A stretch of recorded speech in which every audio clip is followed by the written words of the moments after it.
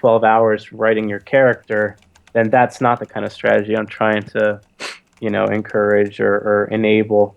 I'm trying to make it so that the game is fun and easy to join, but you can still do lots of different strategic stuff with the system. In fact, I would say, like most everything that you could do with D&D. So, so yeah. So I mean, that's my thought on that. So I'm happy to go either way. The story component is more of a. It's more like the story drives the strategy supports the story rather than the story supporting the strategy, if that makes sense. Mm-hmm. So cool. So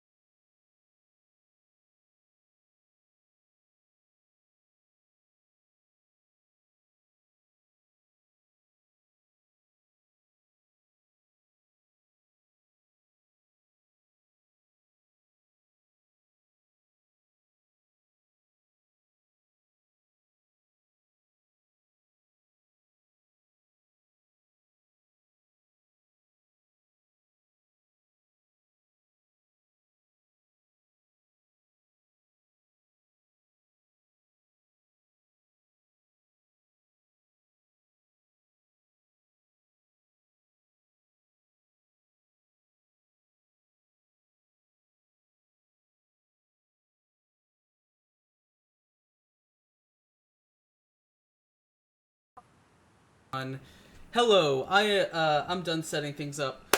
Long awaited, overdue. What is up, guys? Hello to everyone in chat while I adjust my camera. Welcome to Fuzzy Dice, your DM show here on the Exploding Dice channel. I know that intro was really unprofessional, and I promise you in the future will be nothing but the highest quality. This is all. I'm sure it won't be anything like every other stream I've ever been on. No. I I Yes, It's start always with an apology. I take pride in my work. All right. Okay. So before we dive right in, and I explain what's going on, what our topic is today. We do have an awesome show for you guys. So thank you for tuning in. I have some awesome guests. But before I get to that, we got a schedule to stick to. Let's keep this professional. So first up, we're just gonna go ahead and dive into a weekly recap. So what's been going on the Exploding Dice channel? First and foremost, Exploding Dice is coming up on our big 100-follower milestone. That's a big deal to all of us here at Exploding Dice. All of the crew. So we're about to hit 100 followers. Hopefully we can do it in this stream. So if you're hanging out in chat and listening to it and you like the show, please hit that follow button. It helps us greatly.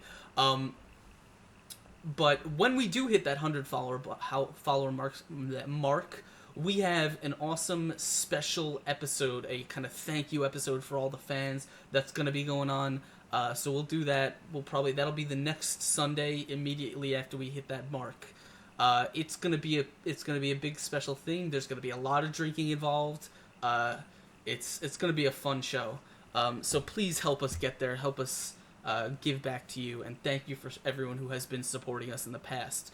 Moving right along, this past week on Exploding Dice, we had an awesome and intriguing session as the party delved into the Brine Stump Swamp.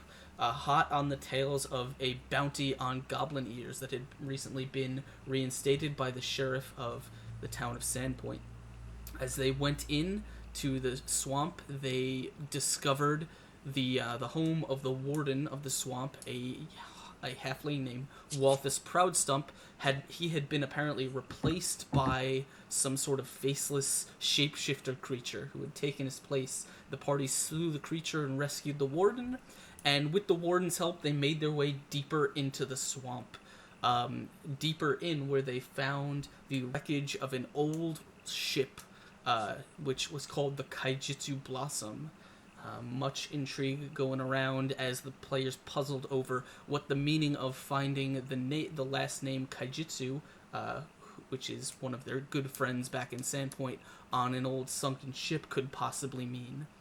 From there, they delved into a cave where they fought a bunch of skeletons that were dressed in Tien-style, Asian armor, very, very foreign, something they've never seen before, and right when they thought everything was taken care of, a skeleton with a large sword stepped out from the cave and issued a challenge to Marlock.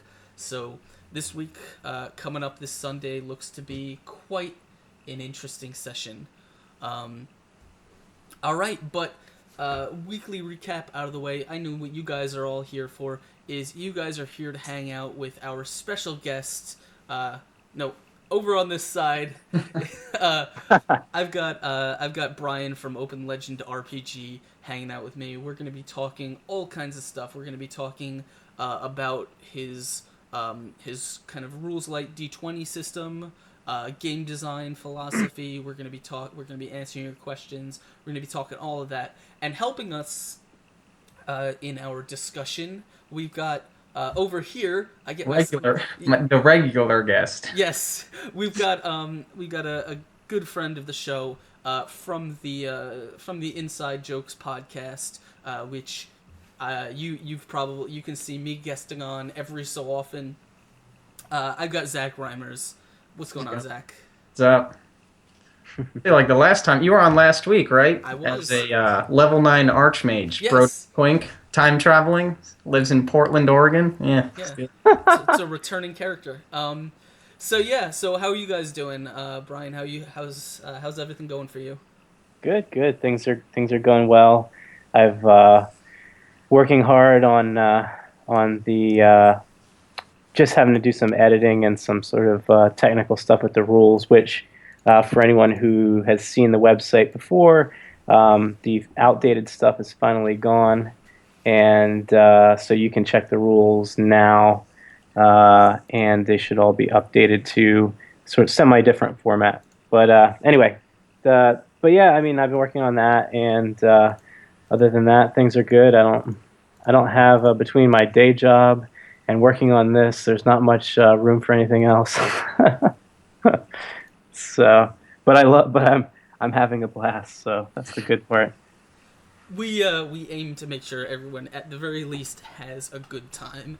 Has neutral time. So yeah, I just why don't we start by having you kind of tell us what Open Legend is all about, because I know you had gotten in touch with me a while ago and asked, if I wanted to check out the rules and maybe give my opinion on it, and so I did that. I investigated the core rules. I read through everything on the website, and I thought what I read was actually pretty cool. There were some really interesting takes on, interesting twists on the basic D20 system. Some new ideas there that I hadn't really seen used before, and so yeah, why don't you tell us all about that? Okay.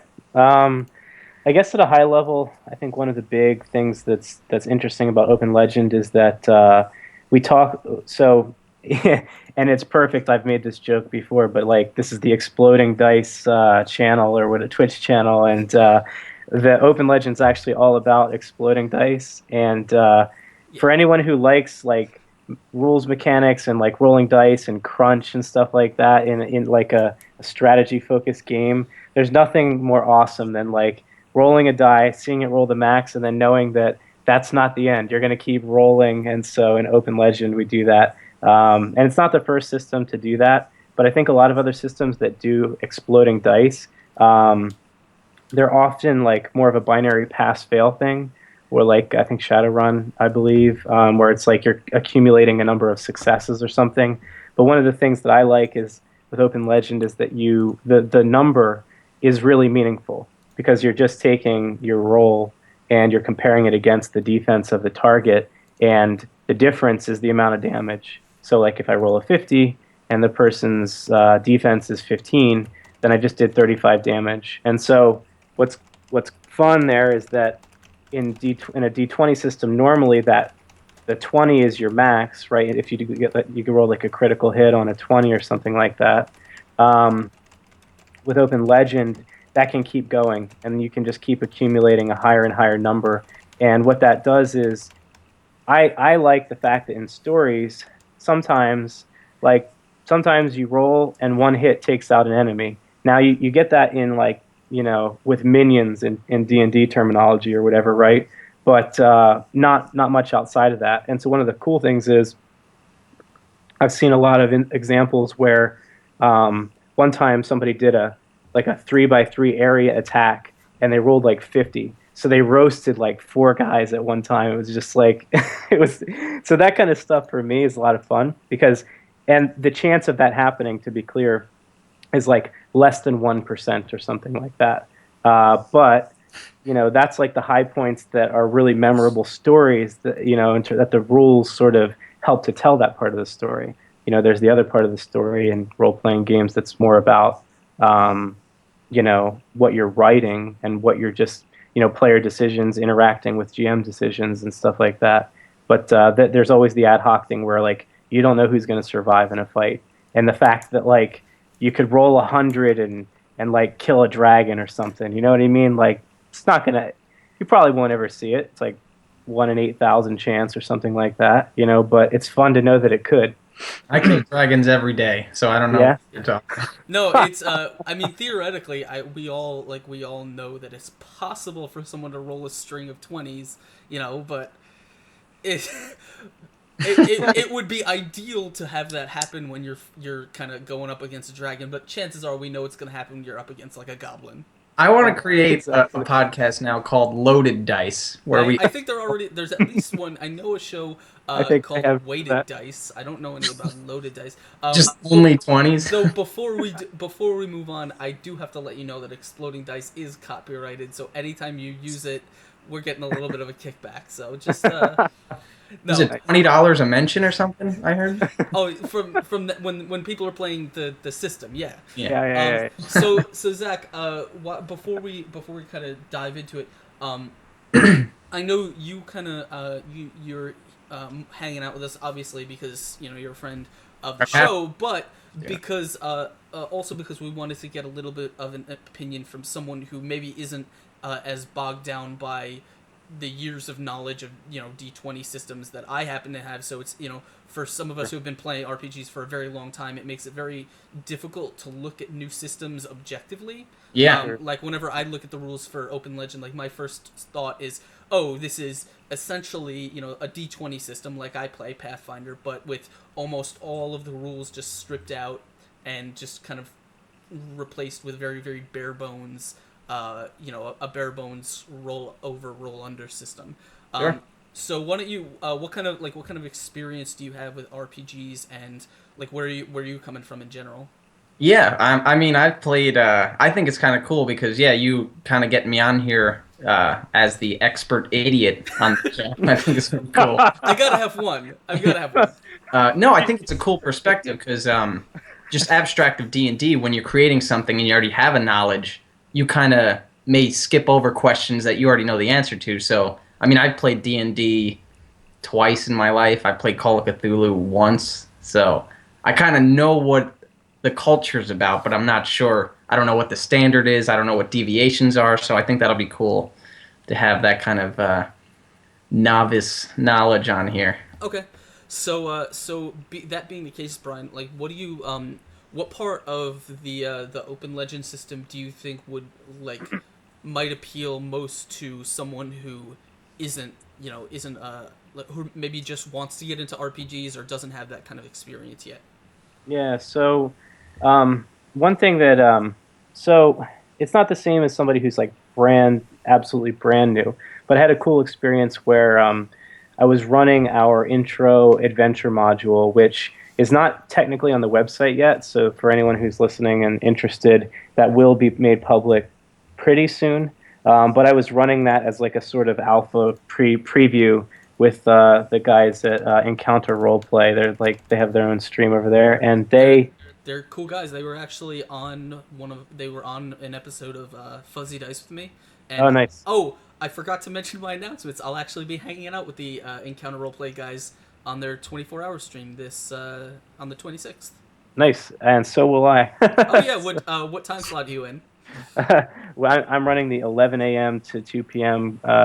Eastern game, and it's going to be Open Legend, and it's going to be a Weird Wild West campaign. Oh yeah, So, that's right. I heard about that. Yeah, that sounded really cool. I will definitely try and tune in for that. I know I'm gonna be filling in on the DM's Tavern, so the wrap up of the stream, which is I think 5 a.m. to 8 a.m. So best time slot in the world. You get to see me and a bunch of people who have been playing RPGs for 24 hours straight try and be coherent and talk about D&D stuff at 5 in the morning. If you can make it till 5 a.m., I'm sure that will be the comedic gold right there. Yes, So. I will. I'll have to try and stay up with them the whole stream just so I can be in the same place they are. Oh man. So anyway, I guess what I was saying was that I was playing with them this A Star Once Fallen, which is our like learn by play adventure module, not published yet, but soon. And in their group, Sydney was one of the newer players amongst the group. Not like brand new or anything like that, but newer than the other folks. And her comment about it, which I thought was really cool, was because you can sort of ad-lib the way you choose to make an attack. So Open Legend has a real different concept about how attacks work. Normally, it's like you're proficient with a long sword and you swing the long sword and you have like, if you use a long sword, then you get plus a certain amount to your roll and whatever. But in Open Legend, you actually use attributes to attack. So in that way, like if you're a fire mage, you use the energy attribute to attack, and that's a supernatural attribute. And then if you're like a rogue, you use the agility attribute to attack. So she played a character that was absolutely like off the wall, not at all something that fits into the paradigm of other rule systems. But because the flavor was hers to control, about how her character interacts with the world and how she does things or whatever, and in particular how she attacks, of course. All that really mattered was she has a 5 in agility, and so when she wants to do something that's unusual to sort of try to do damage, it's like, okay, that's an agility roll. And so they were facing off against a huge stone golem, and she decided that somehow that her character is kind of a monk, so sort of unarmed, and so she's going to try to use her foot to wedge in and dig out this gem, which was animating it, and in the center of it, the thing's forehead, right? So, and then she rolled like a 35 or 40 or something, and she nearly, not quite, but nearly one shot took out this huge creature because of a high roll, and she liked the fact that it was not about like, oh, I need to have this weapon proficiency, or I need to, this does X damage and this does Y damage, and so it was much more free form. But it's still balanced because you have to purchase your attributes. Yeah. So it's not just like I arbitrarily decide to roll a certain number of dice, obviously. So I don't know, that part, I think, and that speaks to something that when I've done a number of public beta playtests for the system, just running through Roll20 with like complete strangers, just advertising it on the website and stuff like that.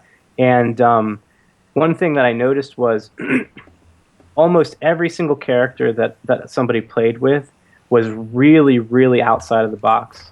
And so I get the feeling that people are really feeling like free to just let their imagination drive their character rather than the rules. So that's what kind of my questions were going to be. So attacking and even anything within the game is just up to your imagination in a sense. If you can think of a way to use your attributes proficiently, you can do it. Yeah. Oh, that's awesome. That's cool. Because I feel like, a lot of, the ones I've played and, stretched out to RPGs on other platforms is kind of contained within what attacks you have. But if you can think to sidekick a golem or something, like, do it. Yeah, that's cool. Yeah, and what's cool is, in addition, that kind of leads into the other real important part of the game, which is that, one of the reasons that D&D or Pathfinder has 500 different spells is because this one does this is a cold spell that slows the opponent. This is a lightning spell that jumps to different opponents and stuff like that. All of those secondary effects in Open Legend are quantified and they're called Banes. And so essentially what's cool is not everything is accessible to every character, but generally speaking, the tactical options that are available are like huge. So like if somebody wanted to knock down an opponent, that has a value. If someone wanted to, choke someone so they go unconscious, that has a value. And so when you're saying, hey, I want this story to be told like this, from a player's perspective, it's like I want this to happen in the game. There's a good chance it lines up with something that we've already helped you out by defining. It's like, okay, you need this attribute or that attribute. Often there are like 3 different or 4 different attributes that will enable a given Bane. And so, with that, you have a lot of freedom where it's like sometimes somebody's like, oh, I want to knock him off the ledge. It's like, okay, cool. That's totally quantified. We know exactly how difficult that is. Just roll your dice. And you can either choose to attack so that the effect is the only result, or you can make a damage attack, and then if you roll 10 damage or more, then it additionally triggers one of these side effects. Gotcha. And it's freeform, because the thing is, you kind of, the more you know these like 25 Banes, the more fun and the easier the game is to play. But if you figure like, when you're going over hundreds of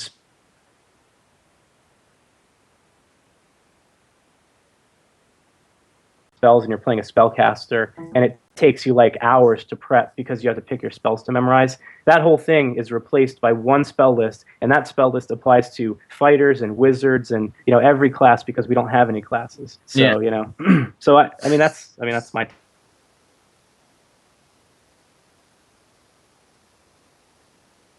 take No on it. I don't class. know. You guys have no I think class. I got carried away. Did I answer the question? I don't No, even that's know that's anymore. interesting though. I definitely like the more free stuff. Yeah, yeah. That's the takeaway. That's the takeaway. No class. You guys have no class. That's Yeah. yep. Yeah, I think it like skipped for a second, but I think we're up to.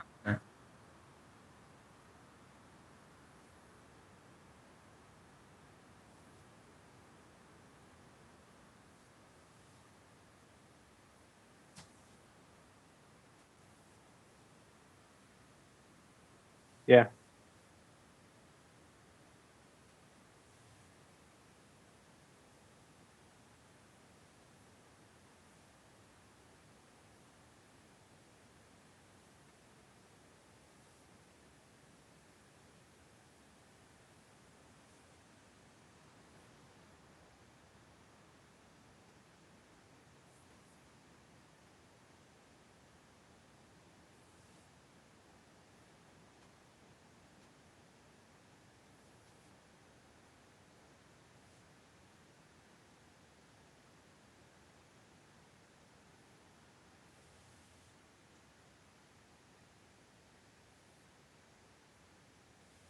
Right.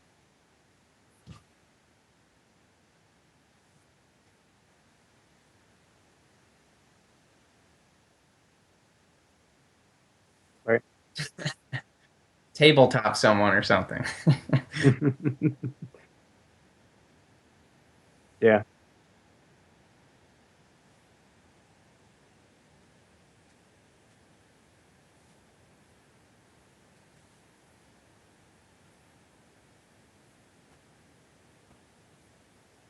Yeah. Sure. Yeah. Yeah. Yeah. Let's do it right now. What are we Yeah. doing right now? Let's do it right now. Throw down. Let's throw down right now. Just, yo, one me, dude, right now.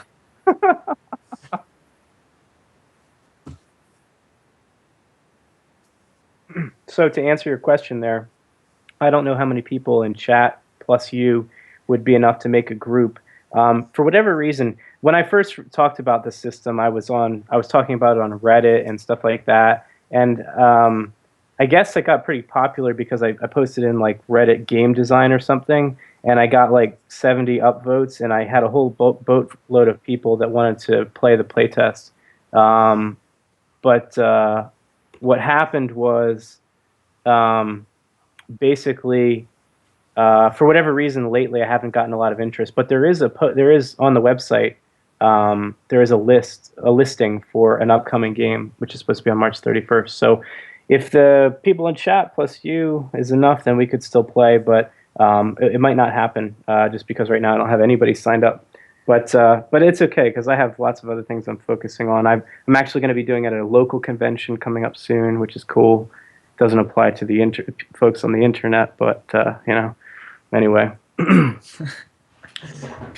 But yeah, so that's my so sign up. Go to the website. It's at the bottom right. It says upcoming open Roll20 sessions that are public beta. Just this is for me because I got a message from chat saying they couldn't hear me. I don't. Yeah. That's what I was concerned about was the fact that the my like I wasn't seeing my microphone bar being picked up in OBS, and I don't know why that is.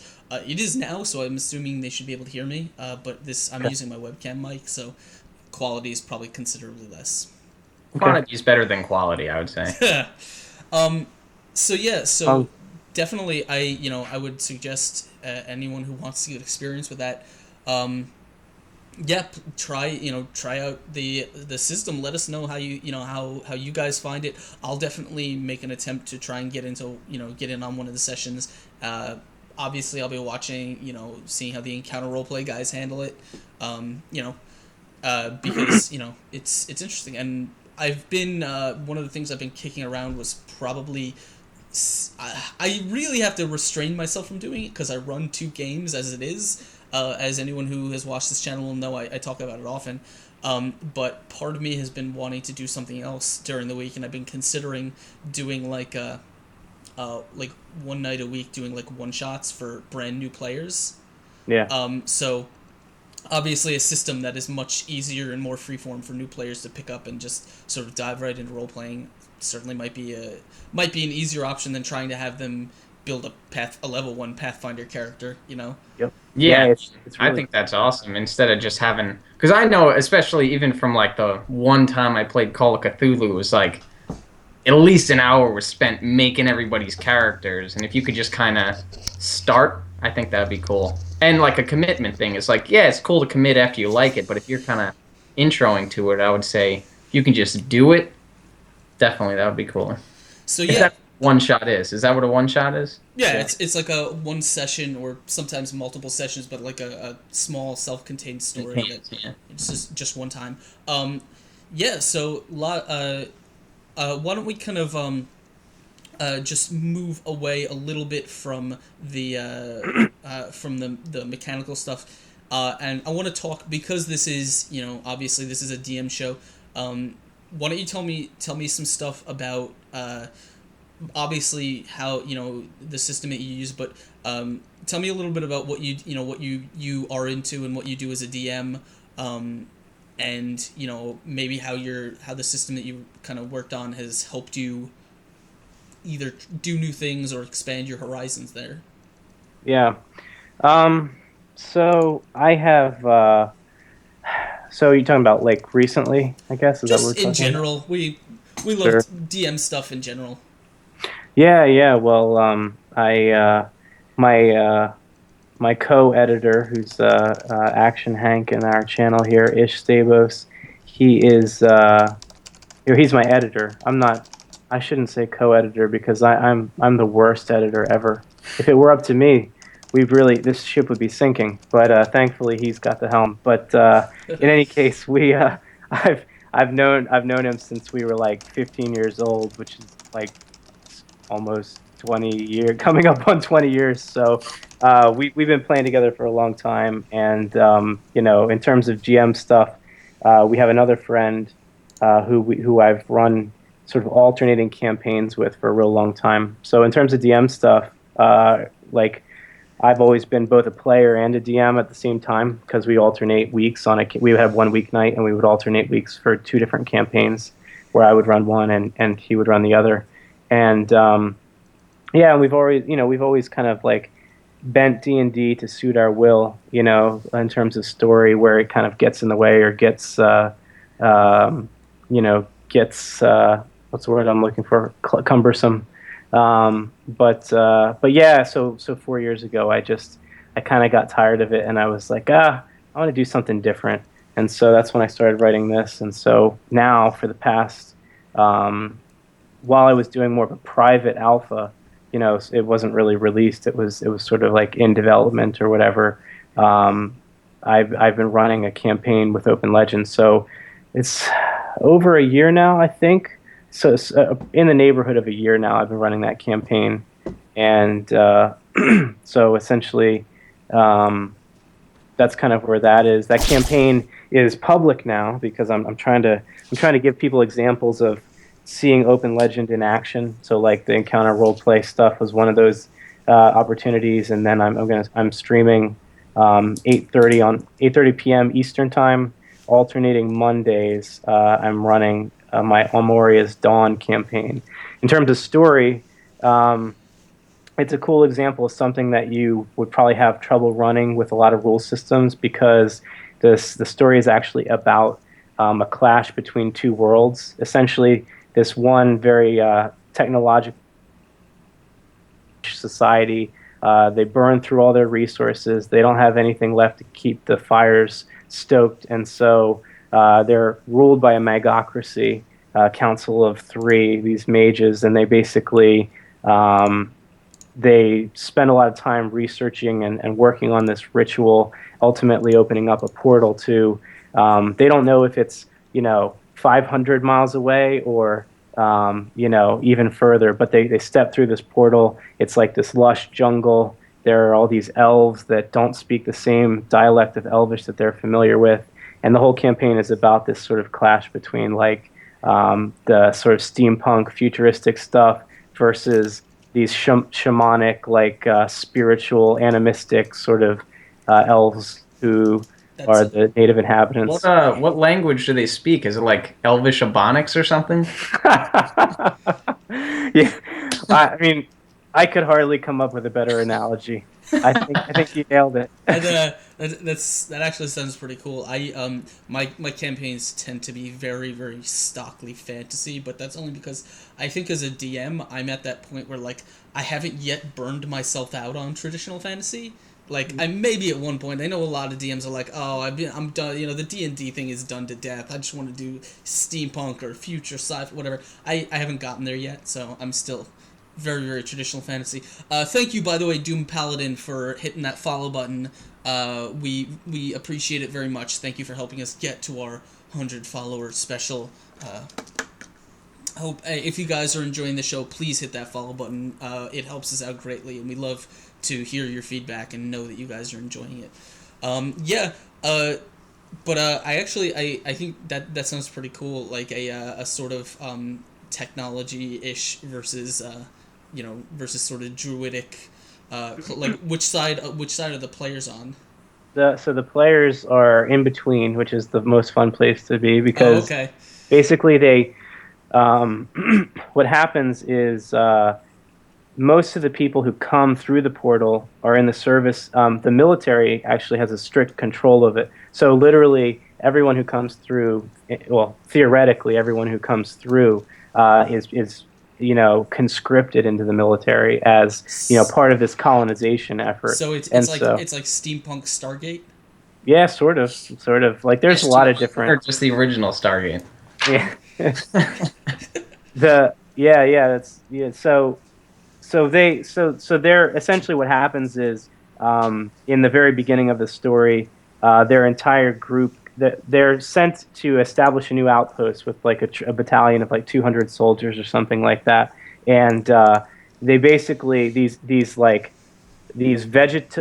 wolves that are like they're formed out of vegetative matter, but they're like spirit. They're somehow infused with spirit, and that's how they like actually move and have life or whatever. And so the entire platoon gets mauled, and like all 200 except for the players, of course, are killed. And so then the players retreat rather than go back to home base. And so then the whole story from there is about all the different groups that they've encountered, and there are many different factions. Many of them don't like each other or have weird interactions. And I love politics in games, so there's a good bit of political intrigue and that sort of thing. There's a lot of politics stuff going on in my Friday game. I'm running Curse of the Crimson Throne, which I know you mentioned you weren't too familiar with Pathfinder campaigns and supplements. Curse of the Crimson Throne is it's an urban campaign. It takes place entirely, like the entire 20 levels takes place within the city of Corvosa,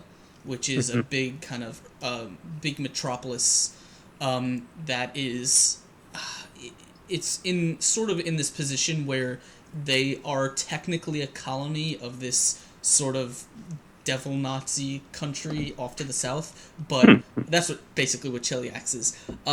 Devil Nazi? Yeah, well, the country is lawful evil. They worship devils. Devils are real. They're just like gods in Golarion, and they're lawful evil. They make contracts with people for power, and so this society is very much lawful evil, which is not as weird as it sounds, because in Pathfinder, evil just means being selfish or serving yourself before you serve other people. So lawful evil is pretty much how you describe any major monarchy or kind of imperialist government.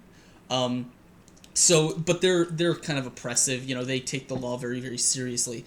Corvosa, however, was a colony of that country, and they rebelled and they took their independence. So now they hate Cheliax. But this campaign takes place within Corvosa, and so there's a lot of political upheaval. The start of the campaign, the king had just died. He was really well liked, and his wife, the queen, took power, and no one likes her.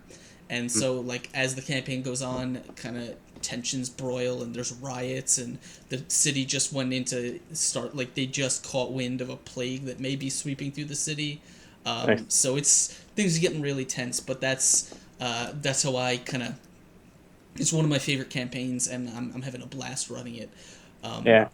It's like I've said on this show, I run things very weirdly though, because my thing when I DM is I'm a very slow paced guy. I like to let the story take its time, take as much time as it needs to develop NPCs. You know, I don't like to kind of rush things. So we just played session 34, I think.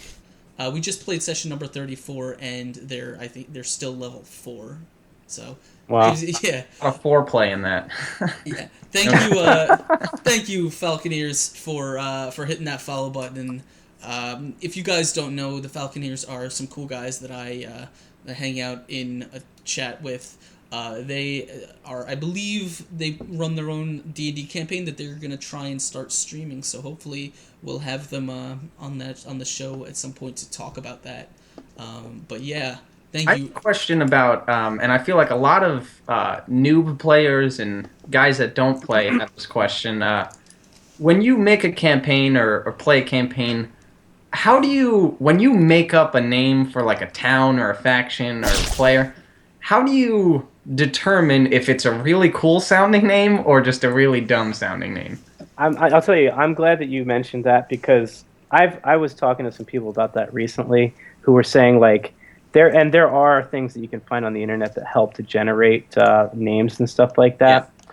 But I honestly think some of the coolest stuff that players really love the most, you know, is stuff that takes me, like, it just comes to you, like, these things, they start to connect themselves in this web of, like, story, and it's sort of in your head, and it just sort of rolls around and it stews in there. But coming up with a good name is, for me, is not like that. It is like, that is one of the hardest things for me. I found that when I need to name something, usually I will just, like, in my head I'll be like, I'll attempt 1, attempt 2, and usually by attempt 3 I'm like, that sounds fine. I know where I'm like.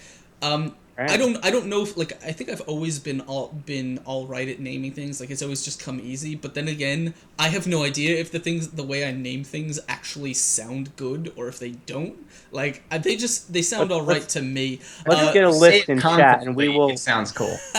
Wait, what'd you just say? You say it confidently, it'll sound cool. Yes. Exactly. By the way, thank you, RP Glory, for hitting that follow button. I believe that has me kind of excited, because I believe with that might be our big 100 number. Ooh, so now there's no more no more followers. Please never follow us again. No. Yes, that is. Stop following me. You're stalking me. Yeah. No. Thank you for following. I believe that's number 100. I'm gonna have to go tell my group of players right after this, and they're gonna be real excited with that. I demand a recount. Thank you, Squire Ned. Thank you for following. Much love to you. But yeah, no, I think, what were you saying? We should have chat come up with things, no, I was and saying, we come up with names for them? No, you got to put names that you've come up with in chat. Oh, okay. We will all silently judge you based on quality. Let me tell you this. I had to name I had to name a character. That's actually where I came up with the name Askren from. I had to name a character a long time ago for a comic I was doing, and I don't know where. It just popped into my head. I'm like, typing it, done. And then what I learned was that apparently there's a not a professional wrestler, but a college wrestler with the same last name, and everyone on Twitter always sends me messages asking if I'm him. Like, what's your special move? Show us a DDT right now. Don't lie.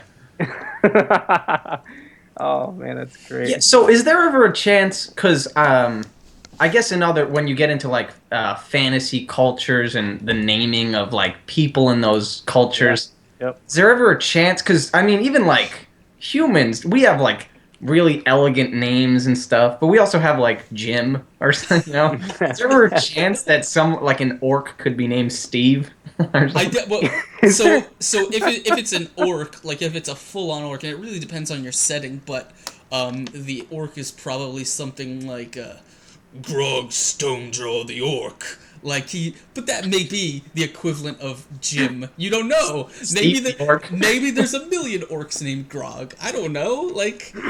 That if the elf is named Alejandra, the elf, maybe that's a really common name. You wouldn't know because you don't live there. But yeah. I mean, I think so. That it's funny you mentioned that, because here's my take.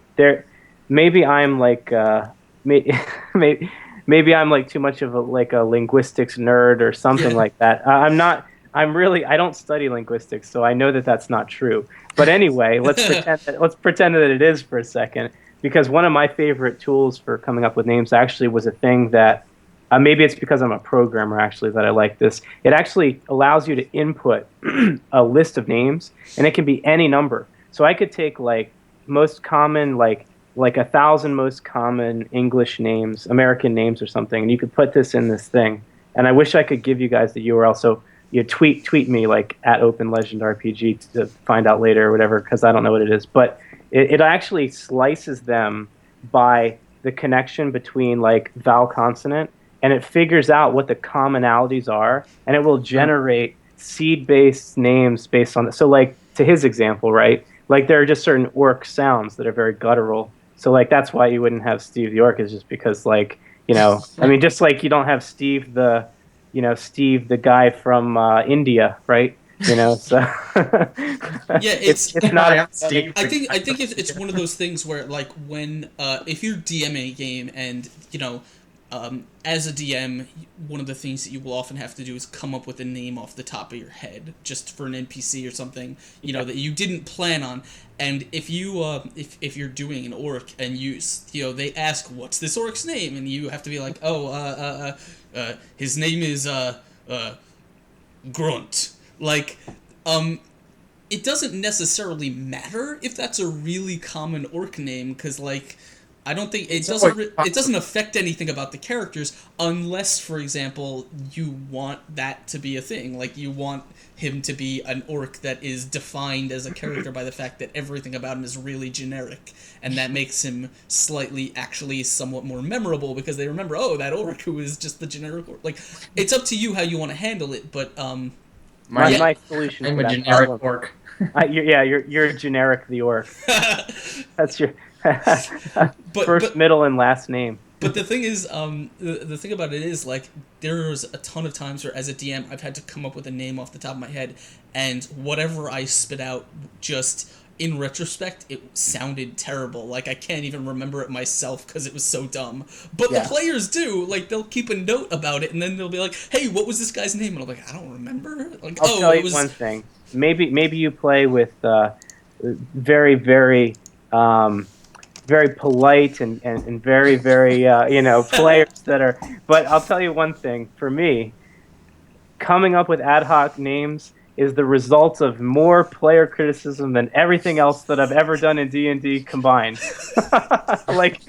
It's the character that it's I don't know what his name is, and you just say the first sounds that roll off your tongue, and as soon as it comes out, you're like, oh no. I was just kidding, that's not his name. So I have a list. I create lists of unused names, and I pick from the list whenever they encounter an unnamed NPC. My Friday game, they're not likely to ever really do that, though they'll sometimes when. So I don't know, I have no idea how players choose to do it, and I'm sure you've experienced this yourself. Is when you have a name that sounds fine, it sounds perfectly cool, it makes sense in the world, but the players choose to not remember it. They just remember it as something else. There was a character that in Crimson Throne that my players met. She was a female cleric of Gozra named Kasada. That was just whatever. It was just a name that I had. It's fine. I got a problem with that. They don't remember that. They only remember her as Hakuna Matata.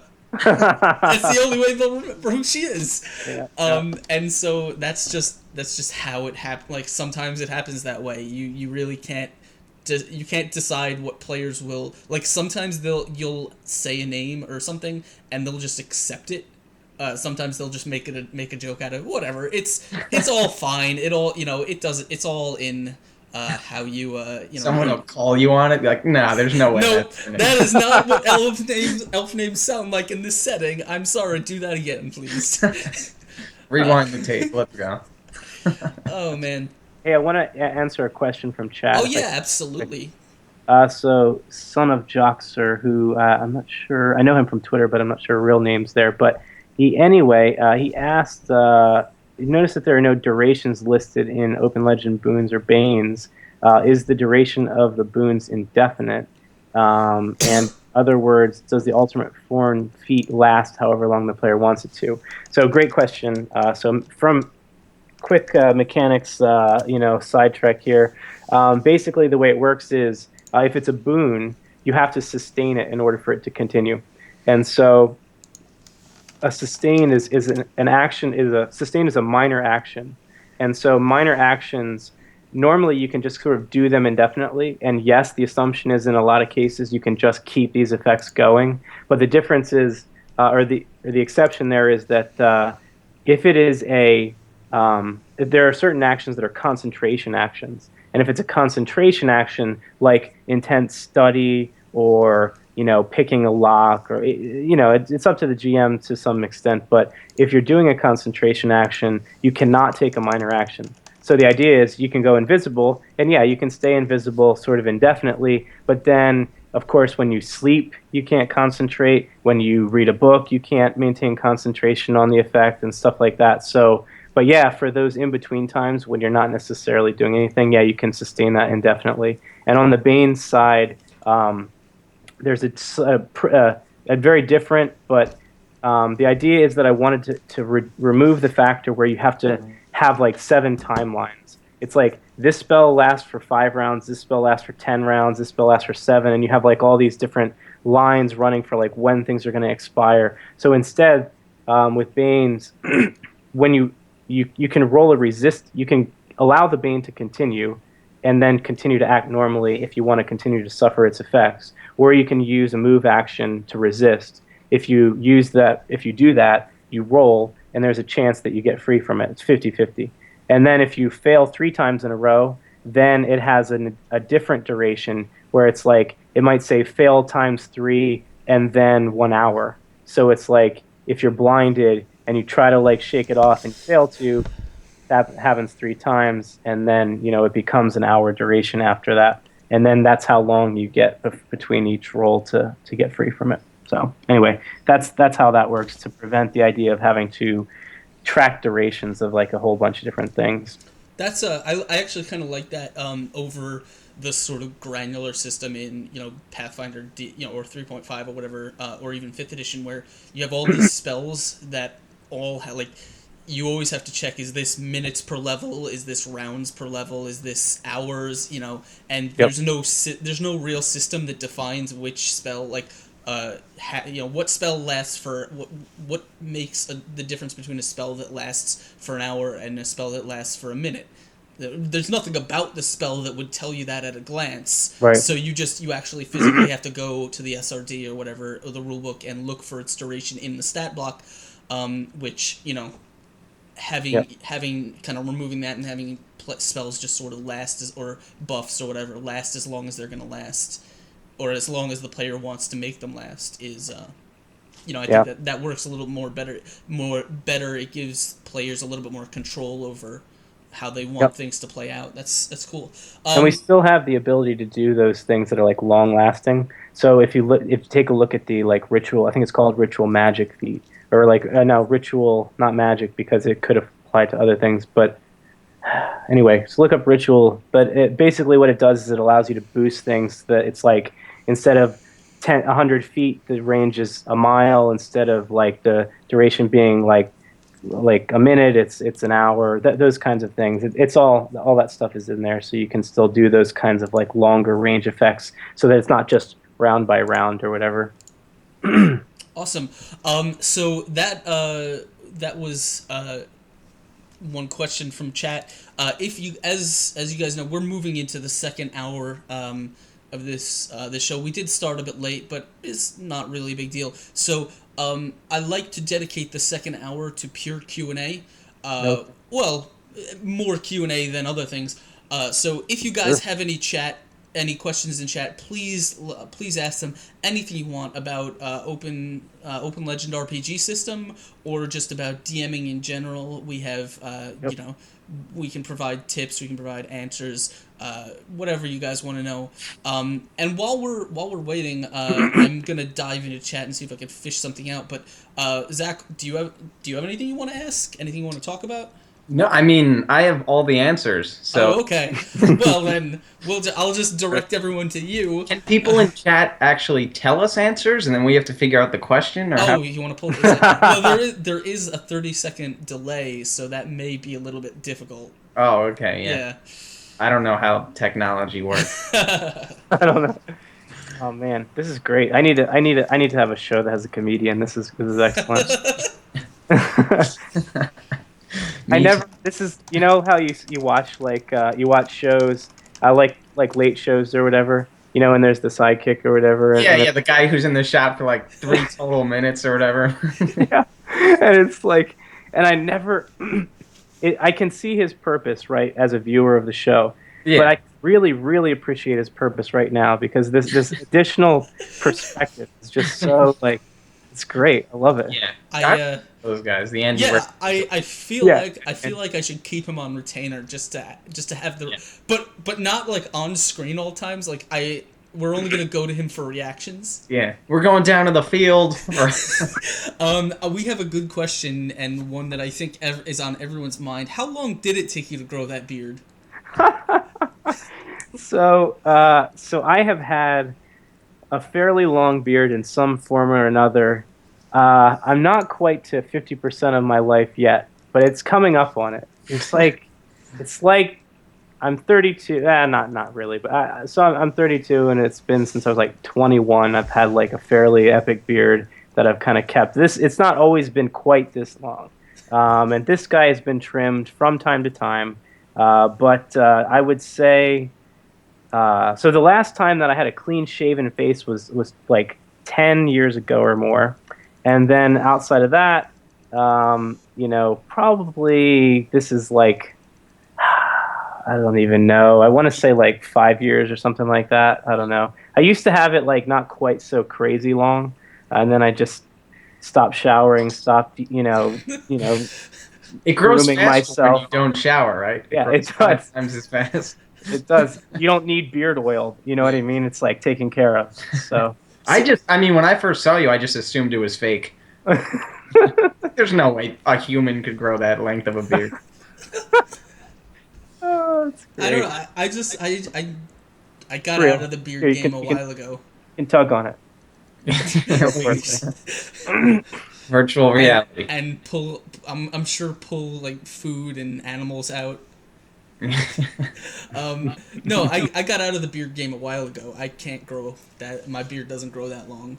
Don't let it, man. It's because you don't let it. I don't have the patience.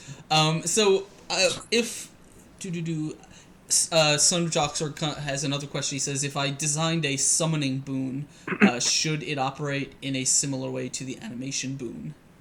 Yeah, I think so. I think the animation boon was a way of saying, like, hey, this covers both, like, the create undead, that I think was a fun thing that used to do in 2nd edition D&D that you don't get anymore in, like, 3rd, 4th edition Pathfinder, where you have, like, autonomous creatures that are, like, you know, you don't have automatic control of them. Well, clerics, evil clerics in 2nd edition did to some extent, but yeah, I would do something like the animate boon, to be honest. That's kind of what I was thinking. I kind of ruled out summoning just because it was like, it just seemed a little weird to me, but I'm interested. Sounds like somebody loves and misses it, so we could include it in the core rules theoretically. We could start a side conversation about that or something. Yeah, I don't know. Obviously, I don't know how it works entirely in your system. I know summoning is one of those things where, as per Pathfinder rules, I sort of had to ban it almost wholesale. Yep. I had a sorcerer in one of my games a long time ago who wanted to dedicate himself specifically to summoning, and if you're familiar in 3.5 Pathfinder, as per the rules, when you summon an animal, like a summon monster spell, the animal can come into play with one command given to it by the person who summons it, and after it carries out that command, it is basically left up to its own instincts and its own whatever it wants to do, which means the DM has to control it. Right. And so when you have this person who's using like summon monster to summon like 2d4 eagles into combat, it's like, I'm sorry, I can't have a player who increases every encounter to 15 different things that I have to control every They turn. all die of old age. Yeah, I think. What? What's not dying of old age? Before the combat ends, I'm assuming. Oh, yeah. No, so that's and really what you just said is basically my thought process and why I omitted it from the core rules. So up until this point is because the ability to drastically change the encounter. I think that summoning is fine. I don't see in a lot of movies or books people snapping their fingers and having as we have all seen, right? Someone snap their fingers and have a whale appear above the other party and just crush them in one fell swoop or whatever. So I think that's a ritual, right? That's like a thing that happens over time, which is why that's how animate works. Is that it's like a thing that's like takes a while, and I think that that's a better approach personally. Yeah, no, there are definitely forms of summoning which I certainly don't mind in the game, like just gating in like angels, demons, small summoned creatures. I don't mind. I don't even mind allowing a player to delve into those options. It's just one of those things where I have to start by ruling it out because it's just too open to exploitation. I don't want to sort of sit down with the player and be like, all right, this is what you're allowed to do, this is what you're not allowed to do. Like let's just leave it off the table, and if it really becomes a thing that a player wants to delve into, we'll talk about it later on. Yeah. Yes. DM Shadow had a question there. Oh, good. No. I'm just turning my attention to chat. So if you wanna, you can go. So ahead he and read said, that question. I've used. DM's Shadow said, I've used systems where there are variable dice type stats, e.g., Savage Worlds and Deadlands, and it's proved unpopular with players. Do you find Open Legend handles this better? So I think I need a follow up question there. What about it was unpopular? It's hard for me to answer that without a little bit more detail. I'm trying to think from my perspective, and I'll try to start an answer. Maybe I'll get something in chat 30 seconds from now since we're coming from the future. Yeah. Juggling for a little bit. But from my perspective, the dice has actually been really well received because of the way you can. I think what becomes a mental sort of burden when you're playing a lot of these other games that use multiple dice pools and stuff, use a number of different dice in a pool, is that like I said, kind of hinted at before, it's like you're tracking like number of successes and stuff, and it's like you have to parse each die when you look at it. It's like a six-sided. It's like if it's 5 or 6, it means one thing. If it's 3 or 4, it means another. 1, 2, 3 means a different one. I think it's simpler because of the fact that it's still like familiar in the sense of what you expect from D&D, where the number matters. So you're just looking to add the number. And for me, that's been fairly. They don't like. Okay, so DM Shadow is saying players didn't like having to switch dice all the time, scrabbling for a D8, having to double check which dice or which stat. That's interesting. Well, for me, so my take on that is that it's the same as having like specialization in a weapon where you get an additional +2 or whatever that might be, and so. In a lot of systems that are more crunchy, you get bonuses that stack, and so you'll have this skill check has like 3 different bonuses, and this attack type has like 7 different types of bonuses. So it's like that, but the difference is that we don't have quite as many. So that's the advantage disadvantage mechanic. I'll gloss over that for now or skip it, But yeah, I think that essentially what happens is it's the same as remembering different, different. If you had a flat thing where every role was the same, because then you wouldn't have any differentiation in attributes or ability scores. So for me, it's kind of a necessary evil, and I've that's the first feedback that I've heard like that. So I don't know. I mean, that's the first time anybody's ever raised objections. So that's my best guess. Yeah, I wouldn't really. I was with you in that. I mean, I know other systems like Savage Worlds and stuff use non D20 systems.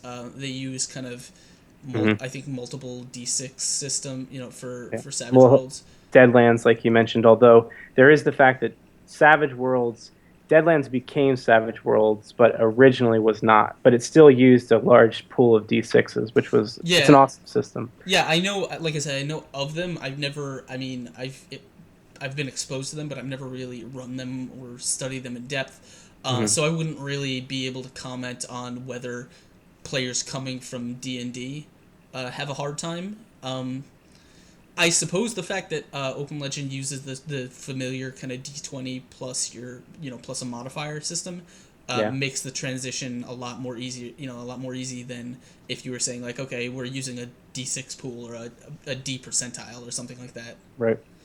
Um, Yeah, I think that's exactly what DM's Shadow just said in chat too. So I agree. I think that I feel like, um, yeah, I feel like it'll work out. Yeah, the Deadlands card, the playing card mechanic was amazing. That was so much fun.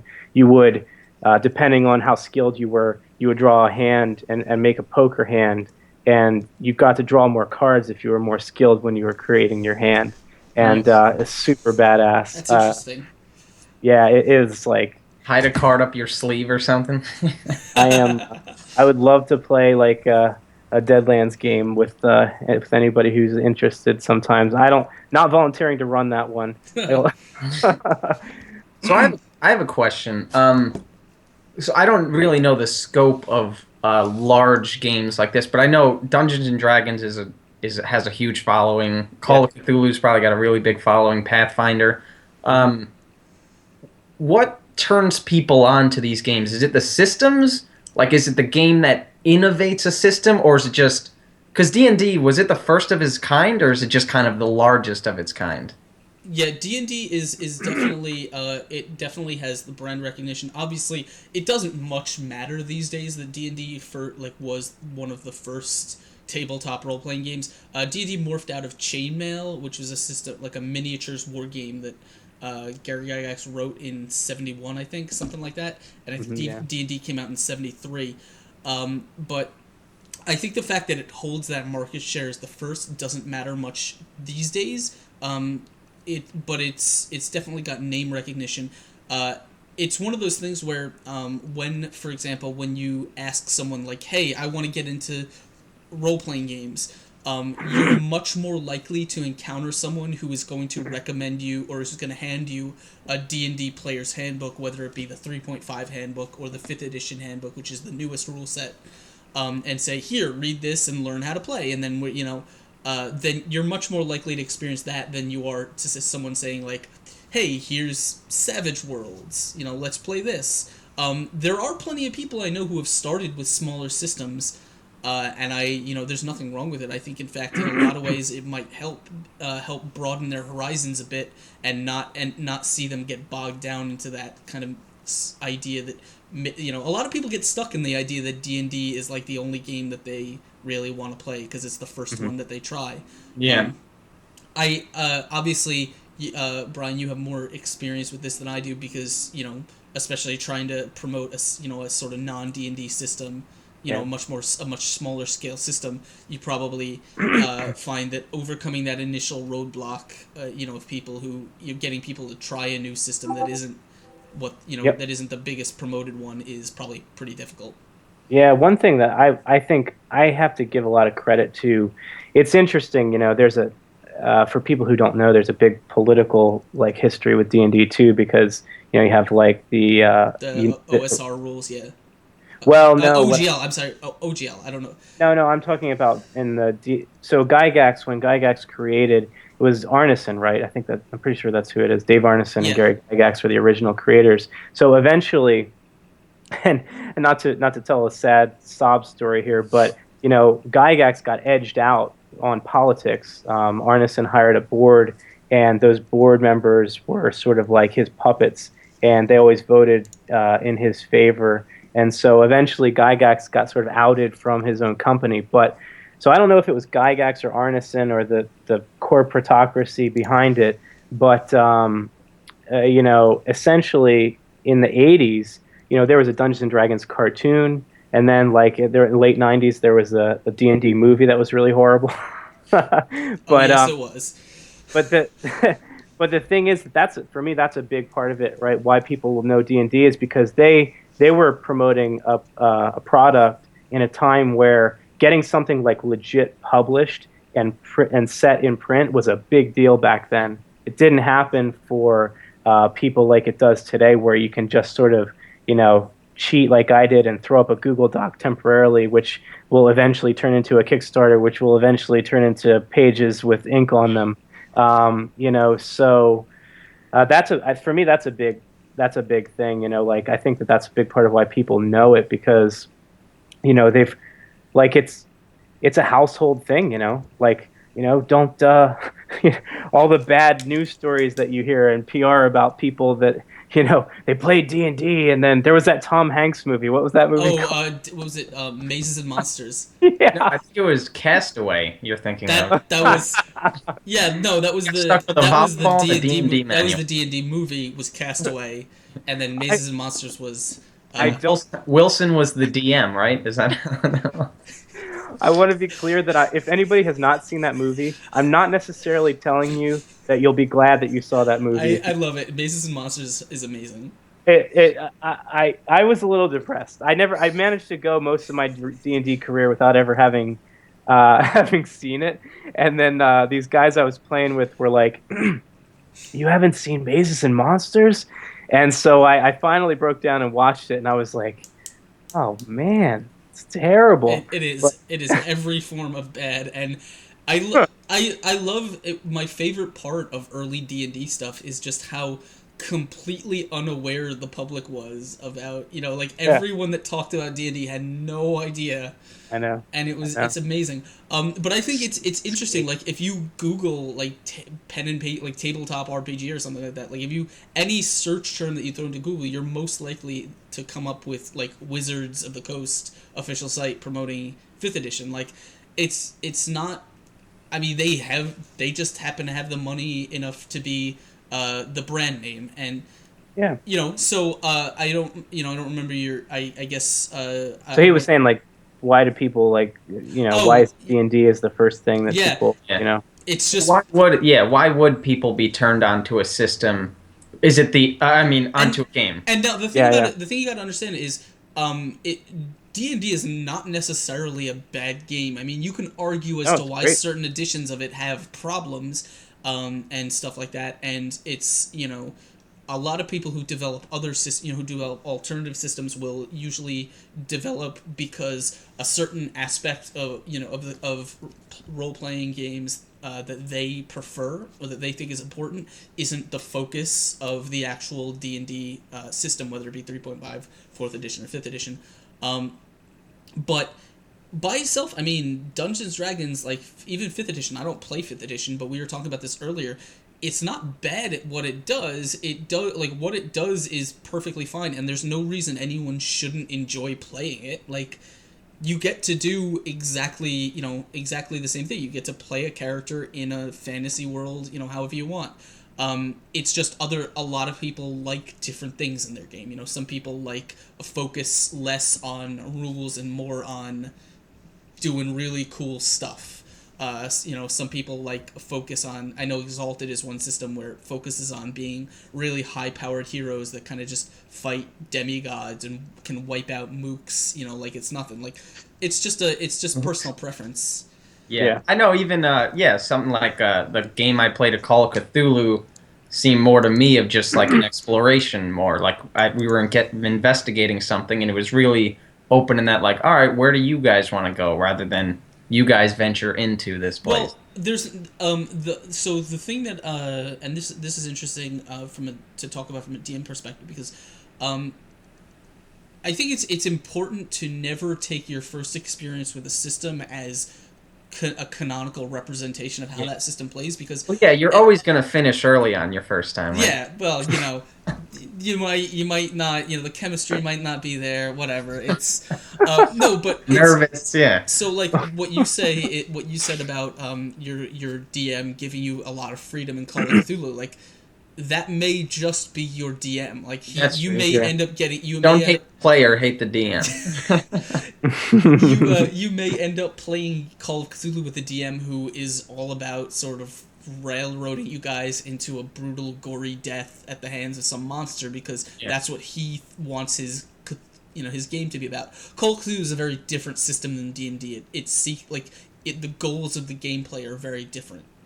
And that's why I think the experience of it is you're never gonna go into a Call of Cthulhu game expecting to come out or to play the role of a big hero. That's just not what the system is built for. Yeah, right. Yeah, I think, but in terms of like where we are today, it's like a very different. I think we're at a very different place where I'm just trying to.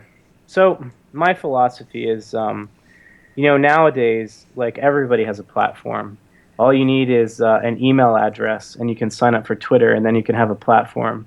In terms of like, a following or whatever is what I mean by that. And my goal or my hope with Open Legend is to focus on content and focus on quality, and hope that will sell the game. I'm of course out there. I'm on this show. I wouldn't be here. I wouldn't be in a lot of the places I am if I weren't trying to market something. But at the same time, I think that a lot of people forget that. And so I've invested way more heavily in my own time writing, getting help from people, recruiting like illustrators that are really excellent, that kind of thing, than I have in like creating a lot of noise on Twitter and all that kind of stuff. So that's my hope, and that's also part of my goal with the game long term, is that one of the reasons that I wanted to make the system something that doesn't have like 500 million like compendium books with new feats and all that sort of stuff, and so the core rules kind of get you most of what you need, is because I want people to write for Open Legend like stories, because the rules already can cover everything from cyberpunk to like space opera. We actually have someone who's writing a space opera campaign for a campaign setting for Open Legend, which is awesome to me. And Kyle Willie, I should give him credit. But anyway, the point is, I want people to focus on story rather than like all these really like sort of min-maxy, like rulesy sort of stuff. I love, that's why I play role Yeah, playing. no, I agree. The experience is what should matter most, definitely. Yeah, by the way, there's a guy who I just started helping him in the chat that I met the Falconeers guys in, and he decided he wanted to write a couple of I don't know if you remember them from old 3.5 days, the old AEG modules, like the pamphlet modules. Yeah. Yeah. He wanted to write something like that, like a bunch of different one-shots that were sort of all connected into a larger campaign if you played them in succession. So I don't know, maybe I'll hit him up, see if, because I know he had written them really rules agnostic, so you could probably definitely use them for the Open Legend system. Yeah, that would be like I am. So let me drop something. Actually, commenting Drop your on mixtape. something. What's that? That's exactly what I'm gonna do. I'm gonna drop a mixtape in here. Drop a link in here. Go Oh ahead. yeah, do it. What I was gonna say, you had mentioned it about the way that you had gone into setting up the Open Legend thing, like making sure you had your branding and your website all set, and before you actually go online and sort of make a lot of noise on Twitter and try and get people to pay attention. One of the things that I thought was really interesting was when I first saw, especially the way you'd set up your account and your website and stuff.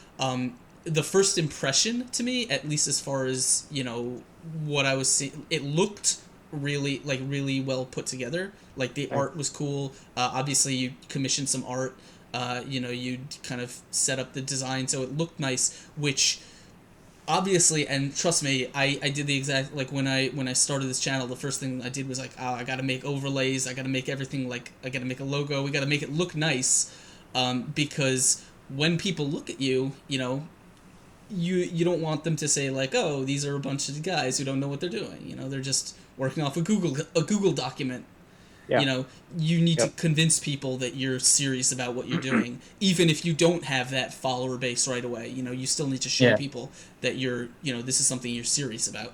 Yeah. Yeah, and I get that from, like, I actually I've run quite a number of small businesses actually, and so over the years, business and running businesses is something that I'm real passionate about. So having like that standard, or that sort of like quality, standard of excellence, for me is like a really important thing. So I'm glad that it comes across, and yeah, totally. It's like if you invest what happens is you only get like 2 seconds to make a first impression, right? Mm-hmm. So when you put something out there and it's really like halfway done, what happens is some of those people who will never look at it again may have been your biggest fans. So everything that you put out there that's suboptimal has in my opinion, has an expensive cost, Yeah. because you won't get a second people taking a second look at something.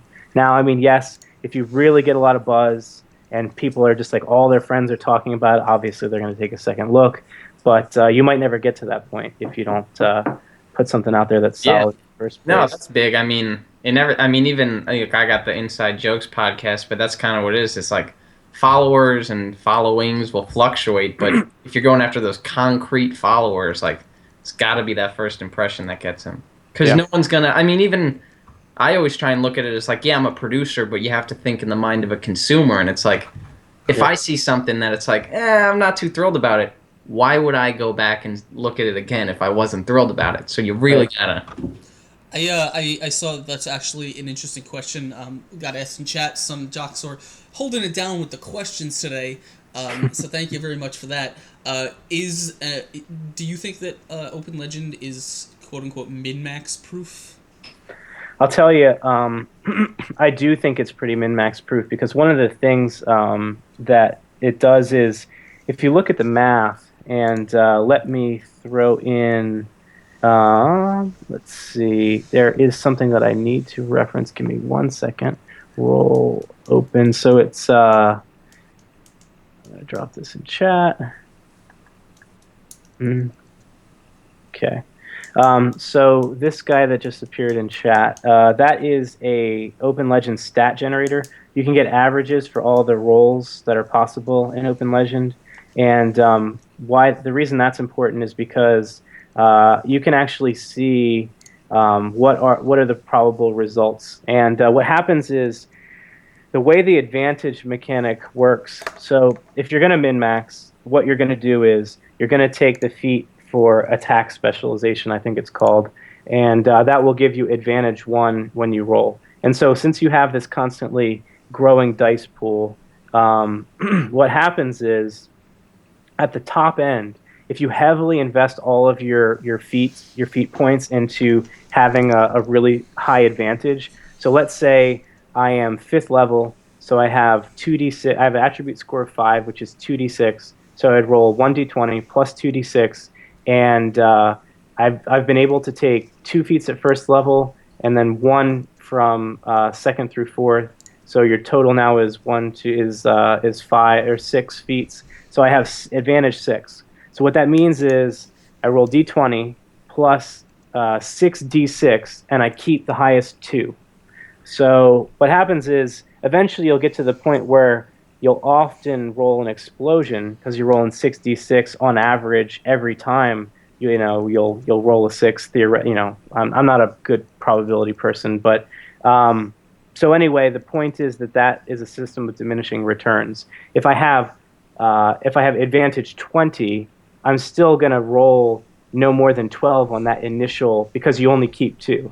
Yeah. Right, so that kind of prevents the sort of brokenness where you have like a really, really high average that's broken. So far it seems to be working.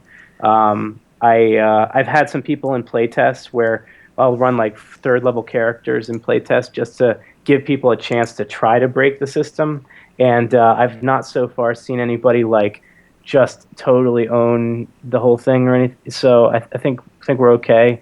I mean, at higher levels, it becomes a one-shot kill scenario where it's like 3d10 with advantage 7, so it's like 10d10. Yeah, you're gonna roll really high averages, and lower level characters will get taken out fairly easy.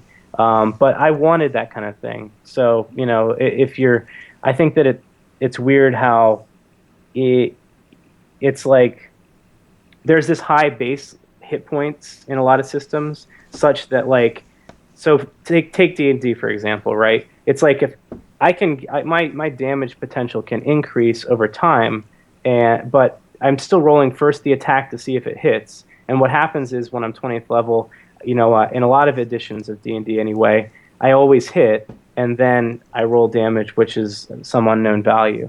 So you know it's not like you're going to be able to easily one shot kill some first level character. Now Pathfinder I think probably does that pretty well. Or like especially 3.5 before they tweaked a lot of the broken stuff, right? So I actually have a great story about that, but I won't go there right now. But so I think that it's okay, and that's so far. But I'd be really curious to hear other people's experiences if they run into like super broken stuff. The other thing is that someone might be able to do really high damage, but it doesn't stop them from being knocked unconscious, knocked off of a ledge. That's one thing I've found is a lot of times it's not damage that ends a fight. It's like combat maneuvers and stuff like that. For me, that's more cinematic, and I like that part. Yeah, obviously one of the problems that certain things like D&D 3.5 and Pathfinder specifically have their kind of min max potential comes specifically in the fact that certain classes rely on like where they'll be designed around one specific ability score, whereas like they'll get bonuses from that ability score and they don't need any others, because like a spellcaster for example doesn't need strength, he doesn't need constitution, he doesn't need charisma, he just needs like his intelligence or his wisdom. And so the more intelligence you have, the more spells you get, the higher your spell save, your DCs are, Right. so it's a constantly increasing thing. Every level, he's just going to pump more and more into his spells. Whereas you have, for example, a fighter who he needs strength. He needs constitution. He needs dexterity for his AC, and so Right. there's too much stuff for him to invest in. None of them really kind of get those same returns. So if you have a system where there's a limit on like what people sort of cap on, okay, it doesn't matter how much you invested because you're only taking your highest two values, out of your pool. Then it's like, it's there's no encouragement to keep investing in those same things Right. unless you find a way to make those, I guess, mechanically or narratively interesting. Yeah, and so that's one of the things. Like, one of the things I wanted, and that's a good example where I've tried with the system to balance like people who like to go wide in terms of their investments with their character versus people who like to go deep in terms of focusing on one thing and being really good at it. I think that the system, there still is a concrete but like when you go from advantage 5 to advantage 6, I mean there really is a difference. And if you're like someone who loves rolling dice and loves combat and stuff like that, you probably still want to do that. But I think what happens is it's kind of a bell curve where its effectiveness sort of gradually wears off, but it still has meaning. And so I think that it'll be fun for those people without it being like ruining the game for everybody else. So that's the thought anyway. Yeah, I think any system that encourages creativity but doesn't promote min maxing like a group that feels like they need to be optimized in order to be useful. Right. I run Pathfinder and I tell everyone I'm much more interested in interesting characters than I Yeah. am optimized characters, because Yeah. optimized characters, it's difficult for me to challenge them. Yeah. But interesting Yeah. characters who are mechanically, may even be mechanically suboptimal. Like that means I can, like if a party is made up of characters that are built to role play and engage with mechanics that are slightly different or whatever, I can always challenge them in combat, or whatever, this and that. And I don't have to worry about that. And at the same time, I get players who are playing, something that's going to mix it up. So when you don't have to worry about that, when that's not a thing that you have to sort of kind of cut off at the front, then you're going to get a lot more players delving into a lot more interesting character builds because they don't have to stop to think about like, oh, how can I make this as effective? Like, how do I make myself as effective as possible? Yeah, and I'm with you 100%. I'm always glad to hear people like encourage that from like a DM encourage that kind of approach because a lot of Pathfinder games that I've been in over the years they just kind of give out after like 12th level because it just becomes so much work to set up the encounters and stuff like that. It's just really hard on the DM. Which is why you will never find me not when it comes to Pathfinder, you'll never find me not pushing for, or at least encouraging people to consider running like the E6 variant, which is where What's that? it was designed originally for 3.5, but it works with Pathfinder. It's basically where leveling progression stops at level 6. Oh, really? So the players, like 6 is the highest level that anyone with character levels will be in the world. Theoretically, you could still have things that are like level 7, level 8, to keep challenge. Like obviously a player level 6, you can have a level 9 dragon, like the strength disparity would be represented there because a player will never be mechanically as strong as a dragon. But what it does is it cuts the leveling progression off because obviously if you know Pathfinder, you know that higher levels get into what I call rocket tag, which is where you're not really a person just kind of exchanging blows with an orc anymore. You're now a superhero that's firing spells, and it's like whoever happens to hit first, the other person's gonna die. Yeah. There's no granularity, there's no gradient there. It's just everyone is so powerful that if you hit something, it's going to die. Yep. And that's the kind of rocket tag thing, which I sort of try to avoid. Right. And I haven't really had a game that's gotten into those levels yet, but I want to try and avoid it at the beginning. Like keep players as sort of quote unquote low powered as possible, as long as possible, so they feel like they're actually up against a challenge. And it's difficult to get players to consider playing E6 because it's hard to get a player to give up the concept of leveling in a game. Like they want to get more powerful. They want to see their their numbers increase. And give up prestige classes altogether. That's a big sacrifice. Yeah, it is. But I think the trade-off is worth it, and it's also something where like as a DM, you can certainly find a way to let a player take a prestige class, like because they keep leveling in the sense that they still hit level markers and they get new feats. They just don't get higher like base attack bonus, more health, and and more the powers that come with higher level class abilities. Pretty cool. But there's I would say like Superman won't get stronger. Like he's kind of just Superman. Yeah, well, theoretically, that's like the level 20 point, but it's the same thing as like if you have two Supermans fighting an evil Superman, like it's a fight that really can't be that interesting. Like someone's gonna hit someone else, and either they die or they don't die. Yeah, I agree. Totally.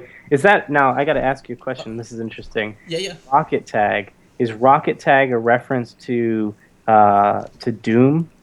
When you had the rocket launcher, whoever got hit with the rocket first was dead, right? Not consciously, it may have been. I don't know if I'm the person who came up with the term, but I was curious. But I mean, it's certainly a good analog. Like in Doom, you had health, like you could take a couple hits, but yeah, if you got hit with the rocket. If you're playing tag with a rocket launcher, it's like whoever's the first person to hit, he's the guy that wins. Yeah, I grew up in a poor neighborhood. We played tag with our hands. I thought you said I grew up in a poor neighborhood. We played tag with rocket launchers. No, they just played tag with rocks. Rocks. Oh, man. Yeah. So I'm gonna do. Do we have any other questions in chat? I haven't really been paying attention to chat. Unfortunately, That's that's my okay. fault. I Um, normally don't. You and I, we balance each other out. Normally, I'm the guy who never pays any attention to chat, but for some reason, just want to Right. make sure. Askren's making you pay attention to chat. Oh man, Yes. we're actually coming up on our last like 15 minutes here. Yes. Unless you guys have some questions you want to hang around for, but before we head out, you guys are hanging out with us here on the Fuzzy Dice Show, your DM show here every Tuesday on the Exploding Dice channel. I am your host. I've got two awesome guests with me. We've been taking your questions and talking RPGs, Open Legend, all that kind of stuff today. Please, if you haven't yet, hit that follow button. Help us get. We've just hit our 100 follower milestone, which I informed my group over on GChat. They're quite happy about that. Yeah. So we're gonna have to decide what our next milestone is gonna be.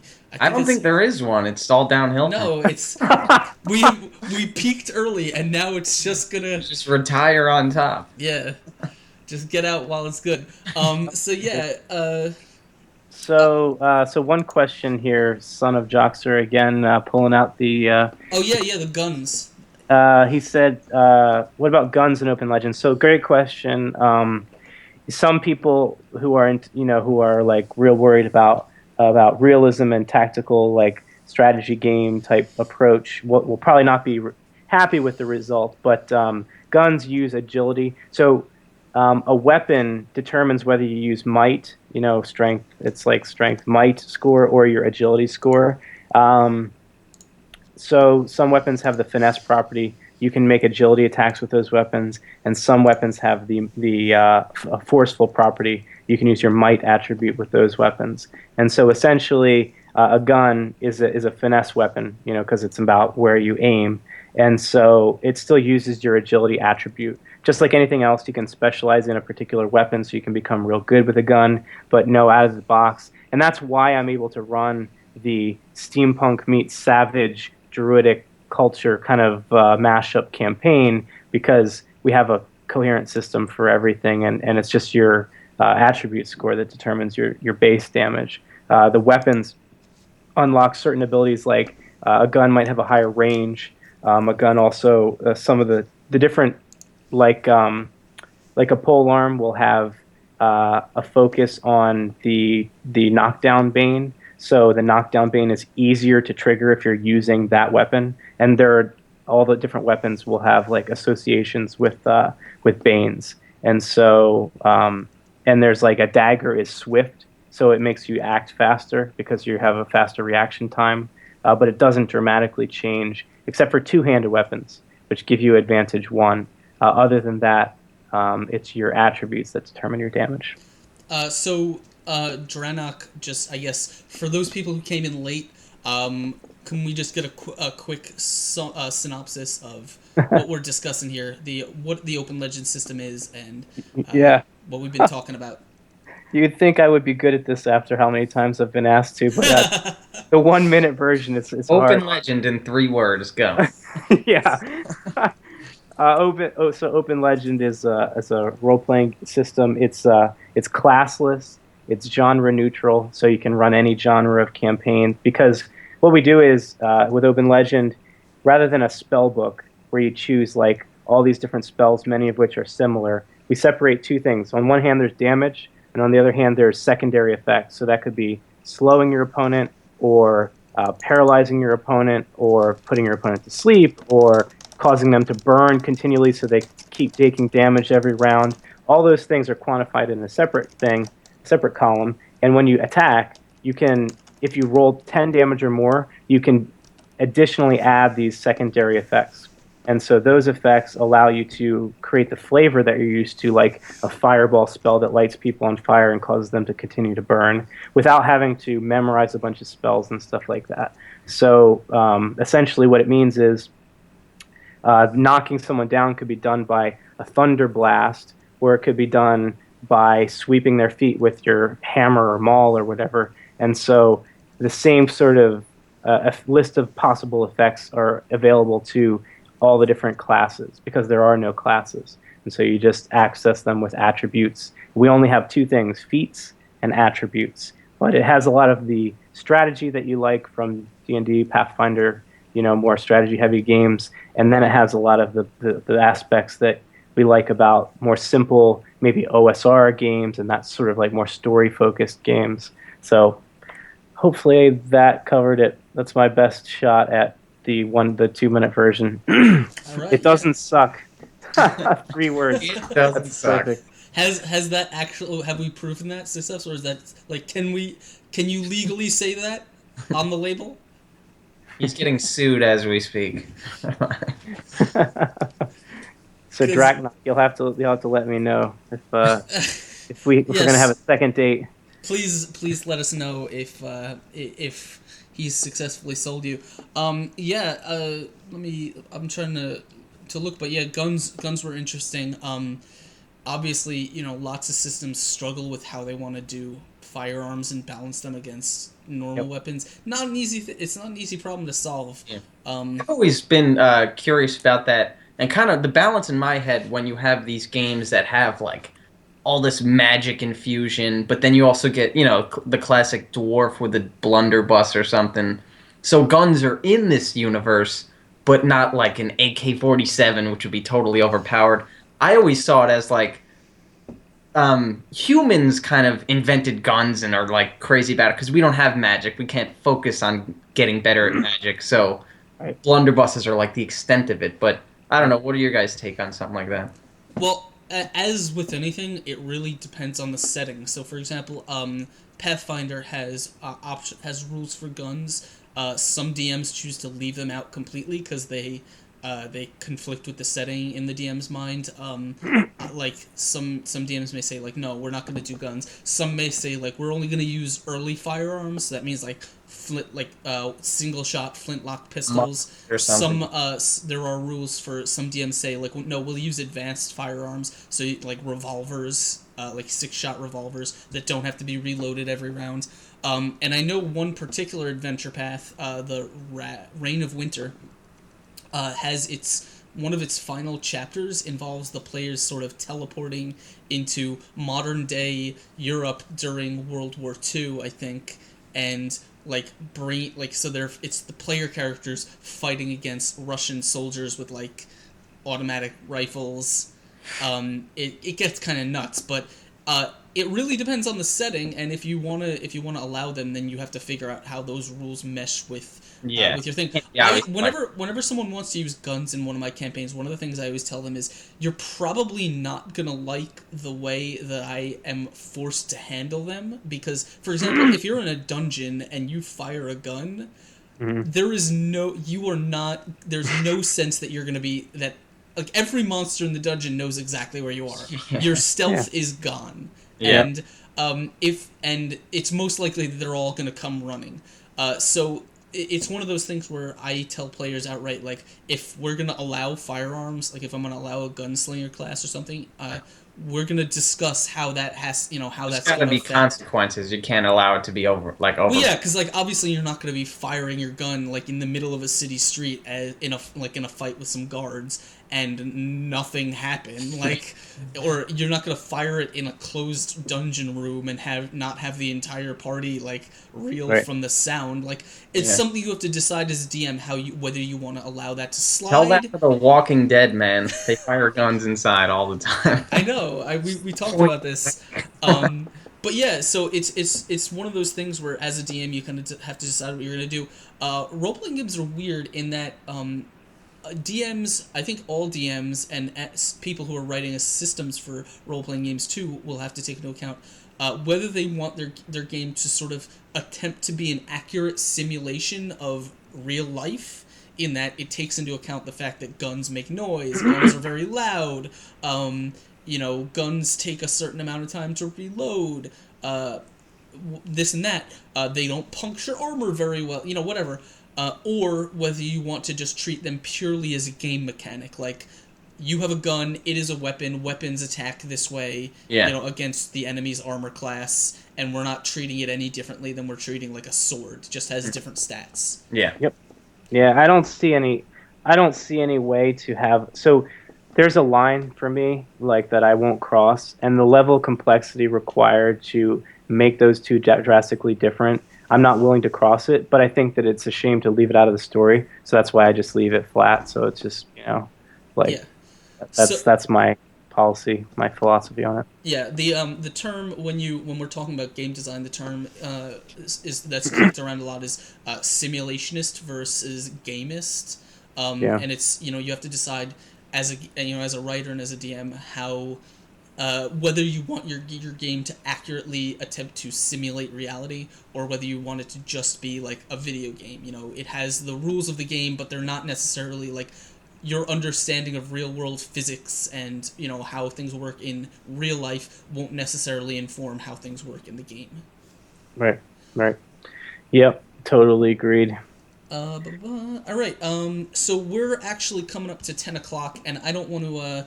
I know we started a bit late, but I don't want to keep you guys around here too crazy long. So before we bounce out of here, why don't we just give a quick recap? So for those of you who've joined late, like I said, you were hanging out with us on the Fuzzy Dice Show. We're about to kind of tie things up with a bow. But before we go, I've got Brian from Open Legend here. Brian, why don't you go ahead and give us a little rundown about where people can find your work, how they can get in touch with you, and what they can look forward to in the future. Yeah, so you can check us out, OpenLegendRPG.com. Let me just put that in here, Open Legend, in case that wasn't clear. So that's the website. So you can check there. We also have a blog, so we post every week. We try to focus on stuff that's not too specific to Open Legend, so it's general GM advice and that sort of stuff. In terms of what to expect from us later this year, we're going to be working on. We're working toward finishing the rules. So there's the only thing that sort of remains to be done with the core rules is a bunch of GM advice for building encounters and creating NPCs and that sort of stuff, which we're working on, and probably won't be too long before that's out. And then we might. I'm not actually sure, and you can certainly message me or talk to me on Twitter. I'm at OpenLegendRPG on Twitter about your preference. But I'm thinking about when I go into a Kickstarter, I might want to have a campaign setting, and the setting that I have run for the last year and a half, that's my own work. I might be working with my editor Ish to turn that into a full-scale campaign setting that will be part of the initial offering. So I'm still trying to decide there. So open to suggestions if people have strong opinions about that. But we'll do a Kickstarter later this year to get printed stuff out there, and then from there it's adventures and other different genres, campaign settings for other genres like the Legacy of Eight that Kyle is working on. We talked about the space opera campaign setting. But yeah, follow our blog for just little updates and stuff like that, and follow us on Twitter. And we stream, we stream on Mondays, alternating Mondays, the ongoing campaign setting, which is the same one, which might become the published campaign setting. So Awesome. Yeah, definitely check out Open Legend, and all of those links are in the chat right now. Hit up the website and maybe catch them on Roll20 if you want to get a demo of the system. Yeah, and also absolutely. catch them on Encounter Roleplay's 24-hour stream. Yeah, this Saturday. This weekend, where you can also catch me. I'll be talking about that in a second. So thanks, and again, thank you for hanging out with me. Thank you for coming on the show and talking DM stuff. Always glad, always glad to have new guests, and you're welcome to come back. If you've got any news, or you just wanna come back and hang out. But Cool, man. Zach, why don't you let the guys in chat know who you are, where they can find you, and what you're getting up to. What my deal is? Yeah. What's Why the is this deal? guy here? No, yeah, sure. Who is this guy? He's been here 2 hours. What's going on? Yeah, so you can check. I kind of have a podcast. It's called Inside Jokes. Our Nice. hub's on SoundCloud, but I think we're trying to switch soon to Libsyn. I don't know. Right now we're hubbed on SoundCloud, so you can find us on there. We do have a Twitter. It's at Inside Hoax, HOAX, and that's only because we don't have enough funding to buy inside jokes. But we're working on it. I think the guy wants like 10 grand for it or something. It's nuts. But yeah, you can find me on Twitter at Zack Reimers. But also, I guess some upcoming projects. We already filmed it, but it should be coming out in around August or September. The second season of Comedians in Coffee Discussing Wrestling is coming out. I'm super psyched for the post production editing they'll be doing. This season, we were outside in like this desert-y. I don't even know. We're calling it Parts Unknown for the sake of the web series. We have a jacuzzi full of coffee this time that we're seated around, and we just have a blast talking wrestling. That's going to be coming out, and I'll definitely be advertising that on my stuff. But yeah, check us out and follow us. And as I mentioned before, you can catch me on. Well, first of all, I am Brian. I'm Askren, your DM for Exploding Dice, your host here on the Fuzzy Dice Show. You can catch me on the 24-hour stream this weekend with Exploding Dice. I'll be hanging out in the DM Tavern with Will and Cord and some other people talking DM stuff and being extremely tired. You can catch me on Inside Jokes, where I occasionally play characters. I'll do voices. I'll play Brodert Crink, the 9th level Archmage. He's one of our returning characters. Always have a lot of fun hanging out with those guys, so check them out. Also, please stay tuned. This Sunday, we are playing Exploding Dice. We have just hit our 100 follower mark. I am amazingly happy about that. So maybe this weekend, we will be coming to you guys with a very, very special, super drunk, super happy fun time episode where we all play goblins and cause incredible mischief. It should be a lot of fun. Keep your eyes peeled on Sundays for the Exploding Dice crew. You can catch all of our past videos, either video on demand right here on our Twitch channel or on our YouTube. The link is down below. Just click the image. That's coming up. Coming up in the future, I am trying to get a couple awesome guests coming on the Fuzzy Dice Show. I've perhaps got Aram from Godswall podcast maybe coming on. I'm talking to the angry DM himself, who you can catch being incredibly obnoxious on Twitter. Possibly the guys who are making Skirmish VT, a new virtual tabletop program. Which I just started testing out, so we'll see how that goes. Lots of cool stuff coming up in the future for the Exploding Dice channel. Keep your eyes peeled here. So as always, thank you guys for hanging out with us. Thank you to Brian and Zach. Thank you for having me. Yes, Thanks. Thank you for being here and spending time. I hope you guys had a good time. I know I did. And as always, we'll freeze frame. Thumbs up as we get out of here. Take care, guys.